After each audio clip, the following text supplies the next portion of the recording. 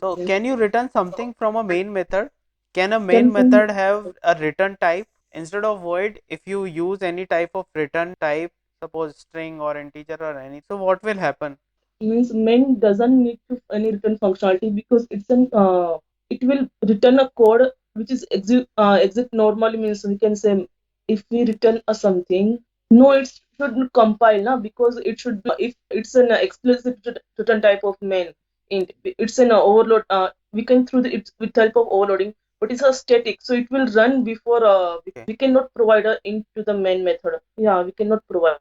What are the static initializers in Java and when would you use them? Yeah, a static initializer is we can tolerate use static block and we can use static initializer. Yeah, just me forget. Yeah. A static initializer is like a static block, and I have forget them right now. Okay, no problem.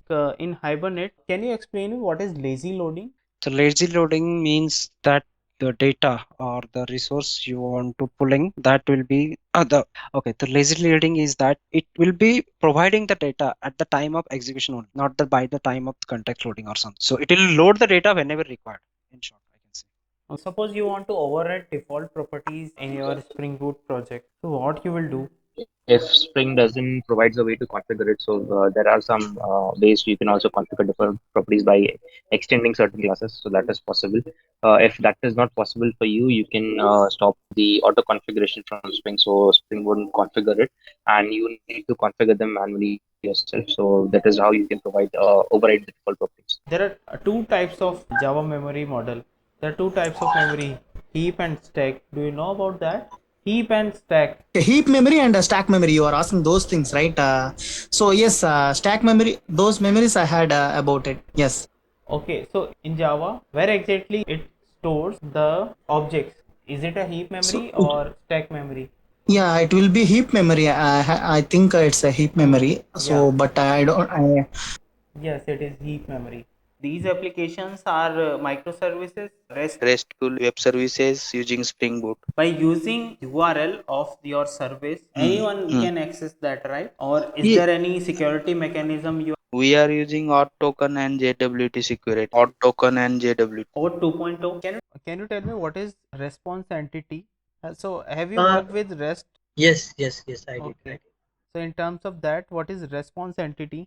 So basically, when we make any, so suppose I'm having a REST controller service, a REST controller or controller class from where my service is getting called. So whatever response would be returned by a service, it would be having a response body, and that entire response body we set it inside a response entity, and we return it to as a output of that particular REST service. You have also worked in REST template, right? Yeah, REST. JDBC template. Yeah, also know the REST template. Okay, so is it a microservices in which you are working right now, or it's a simple monolith? No, it's a simple monolith application, but I know the microservices. Okay, but here, like you also mentioned that you have experience working with REST templates as well, so that's why I'm asking. So, are you like creating APIs? Yeah, we are creating REST APIs. Okay, so what type of REST APIs you are creating in your project?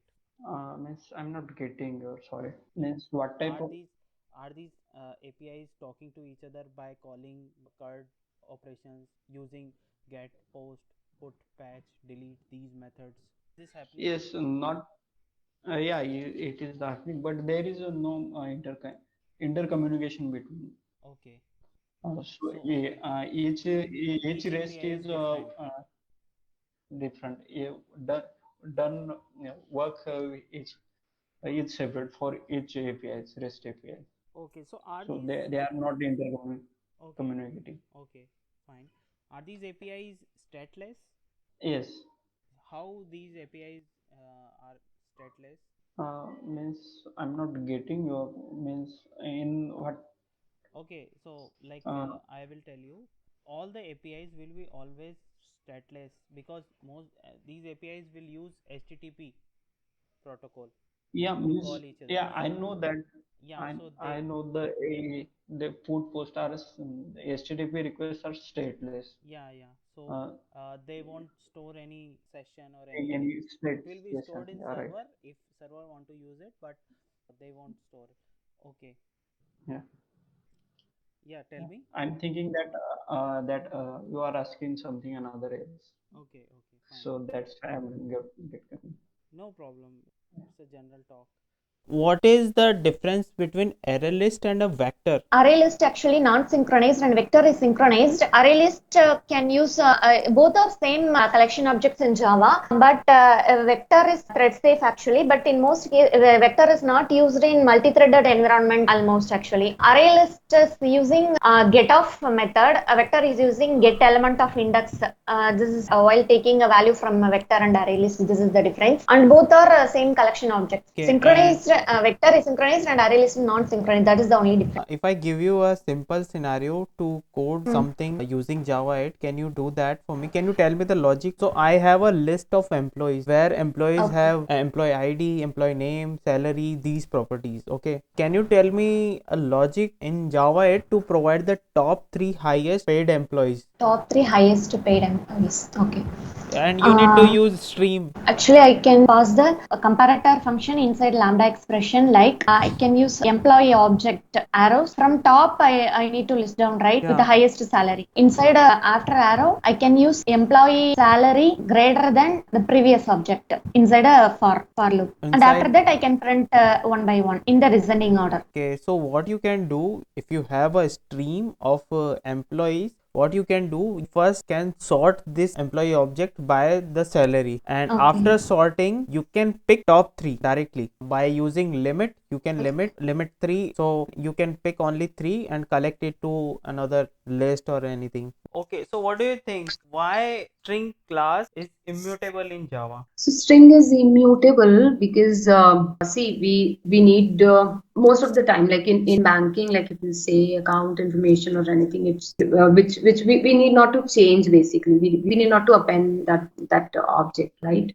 So for that, like it should be it like we have to create we need that kind of object where it should not get append. So that's why string is immutable for security purpose, for making it secure from the outset user, and it will handle that. So because of that, string is immutable. So what are the advantages of using microservices? Microservices are actually used for large application. You can split in small modules using microservices. Means you can split your modules and you can deploy independently. Microservices, if one microservice fail, then it does not affect another microservices. These are the main features, and you can deploy independently any model. What type of database you have used? A database, like I have worked on like DB2, starting with DB2, Oracle, SQL, and NoSQL database as well. So NoSQL, I have worked on MongoDB, and the other are the basic Oracle NoSQL SQL databases,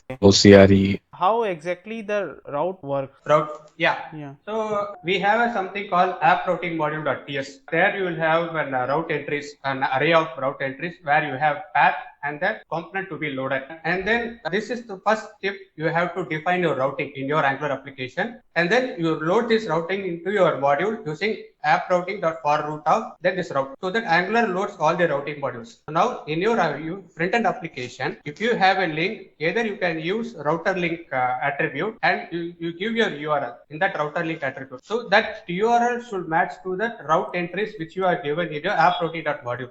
There's something which you are given it as a path. For example, if you give an users, then your path will be like path colon users, and the component name will be like user component. But in your router link, you have to give it as /user. Then only it goes to your routing module, and then it loads your particular component. This is the one way where you can perform a routing by means of template. There is a programmatical way. That way also you can load the routing. For example, you can import the route module in your component, and then you can use the route.navigator and to provide your URL. So by this means also you can navigate to the particular route. Can you tell me what is continuous integration? Okay, continuous integration is like when we deploy our code to an environment, so it should be automatically moved to the different stages. Like from if you are creating the build, then it has to be passed to the dev server, and then from dev to stage or to production. So this pipeline needs to be created. So for that purpose, CI/CD configuration has to be done. So whenever we make a push, so if the configuration we have to do, like it will, if everything is successfully, all the test cases runs, then and everything is fine, then it will be automatically deployed to the servers.